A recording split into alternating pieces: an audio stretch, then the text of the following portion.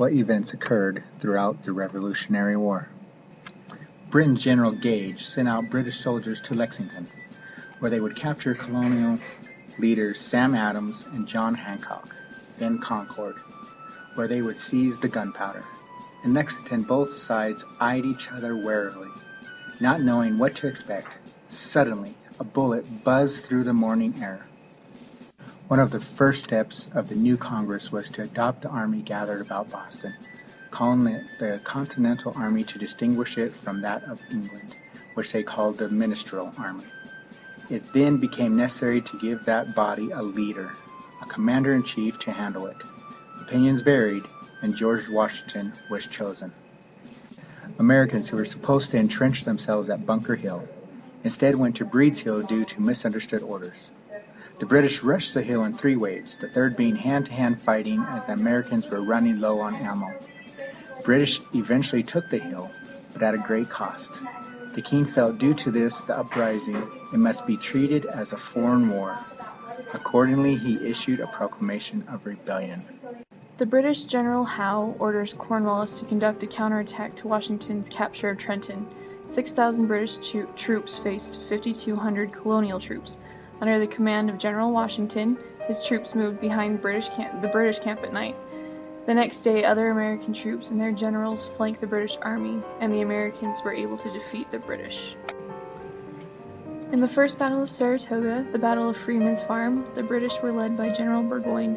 The British ran into a waiting American army led by General Gates. The Americans defeated the British easily. In the Second Battle of Saratoga, the Battle of Bemis Heights, the British put up a bigger fight, but they were still defeated by American General Arnold's troops. Because the British were occupying in Philadelphia, Washington and his troops settled in the winter quarters of Valley Forge. The conditions were terrible. The soldiers had little to keep them warm and barely any food. Many soldiers died from cold or sickness or hunger, and they deserted because they had no hope. But the conditions became better, and the army became stronger, better fighters. After the Battle of Saratoga, the French wanted to join an alliance with the Americans. The French agreed on a treaty of amity and commerce with the Americans, and an alliance treaty was made. Great Britain decided it was time to focus their attention on the southern colonies. Perhaps there they would find more loyalists, or American colonists, who were sympathetic to the British. The British troop, led by General Clinton, surrounded the area known as Charleston. A drawn-out bombardment of the city ensued. Men from both sides were killed.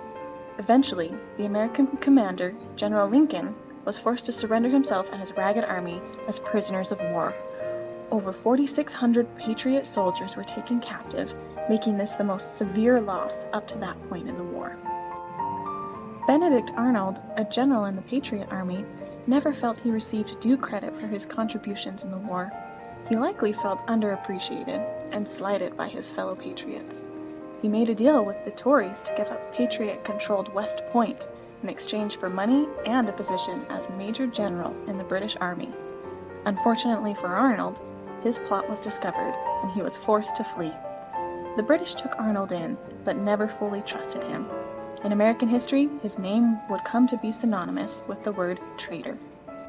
In this battle, the American forces were commanded by General Greene, and the British forces were commanded by General Cornwallis.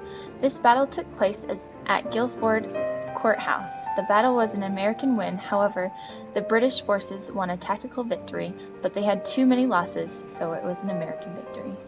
In the Battle of Eutaw Springs, General Greene was still commanding the Americans.